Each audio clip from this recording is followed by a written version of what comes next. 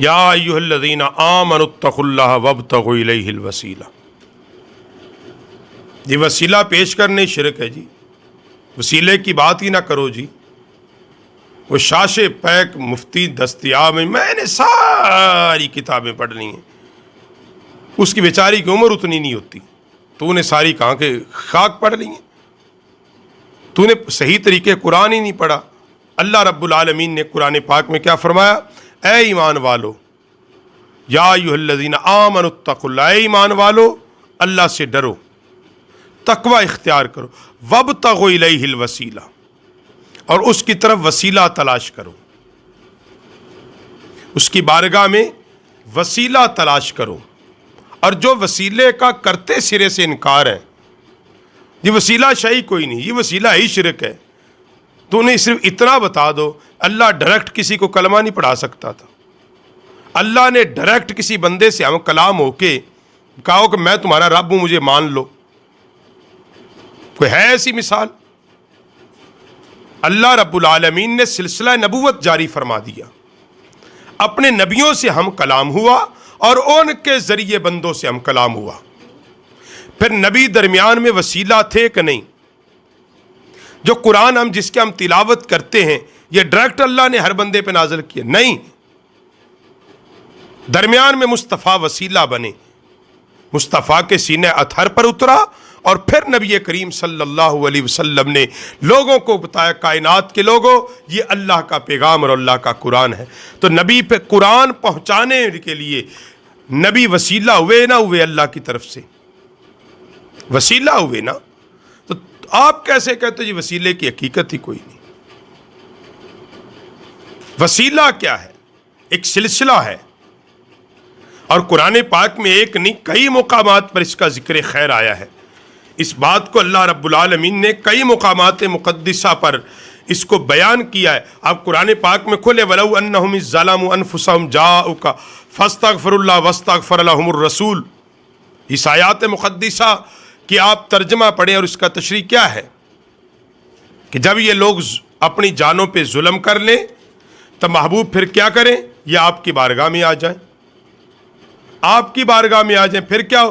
فَاسْتَغْفِرُوا اللَّهَ وَاسْتَغْفَرَ لَهُمُ الرَّسُولُ. تیری بارگاہ میں آ کے بخشش مجھ سے مانگے، مگر محبوب آپ ان کی شفاعت کر دیجئے، اور جب آپ شفاعت کریں گے تو میں اللہ ان کو معاف کر دوں گا. تو جب ہم گناہ کرتے ہیں، اللہ تو اس وقت یہ فرما رہا ہے میرے محبوب کا وسیلہ لے کے آؤ، پھر آپ کے گناہوں کی بخشش ہوگی. اور قرآن پاک میں اسی آیات مقدسہ کو بھی جو بیان کی، یا ایھا الذین آمنوا اتقوا اللہ وابتغوا الیہ الوسیلہ، اور اس کے اندر تمام محدثین نے، تمام مفسرین نے لکھا، اور یہاں لکھا حضرت عمر رضی اللہ تعالیٰ نے حضرت عباس سے بارش ہونے کے لیے یہ وسیلہ لیا تھا، اور ان کے وسیلے سے بارش ہوتی تھی. تو عمر پاک عرض کرتے، اللہ ہم تیرے نبی کا وسیلہ لیتے تھے، یہ تیرے نبی کے چچا ہیں. ھذا واللہ الوسیلۃ الی اللہ عز وجل. اور پھر اسی پر آپ نے مزید آگے بیان کرتے ہیں کہ فرمایا کہ نبی علیہ السلام کی آمد سے پہلے جو قرآن نے کہا، وَكَانُوا مِن قَبْلُ يَسْتَفْتِحُونَ عَلَى الَّذِينَ كَفَرُوا فَلَمَّا جَاءَهُمْ مَا عَرَفُوا كَفَرُوا بِهِ. حضور کی آمد سے پہلے اہل کتاب نبی کریم علیہ السلام کے وسیلے سے اہل کفر کے مقابلے میں فتح مانگتے تھے. قرآن ہے. اور مگر جب نبی تشریف لے آئے انہوں نے انکار کر دیا، ورنہ حضور کی آمد سے پہلے تورات اور انجیل میں جو انہوں نے نبی علیہ السلام کی شانیں پڑھی تھیں، تو اس زمانے کے کفر کے مقابلے میں وہ اللہ کی بارگاہ میں حضور کا وسیلہ پیش کرتے جنگوں میں، اور اللہ انہیں فتح عطا کر دیتا. اور پھر اسی پر روایت بیان کرتے کہ ایک آدمی حضرت عثمان غنی، جو کہتے ہیں جو حضور کے ظاہری زمانے میں تھا، بعد میں نہیں تھا، تو ایک آدمی ہر روز عثمان غنی کے بارگاہ میں جاتا ہے، جس وقت آپ امیر المومنین تھے، مسلمانوں کے امیر تھے. مگر حضرت عثمان غنی کی توجہ اپنی جانب مبذول کرانے میں، توجہ اپنی جانب مبذول کرانے میں ناکام رہا۔ ایک دن گیا، 2 دن گیا، 3 دن گیا، عثمان غنی کی بارگاہ تک رسائی نہیں اس کو ہوئی، وہ واپس جا رہا تھا۔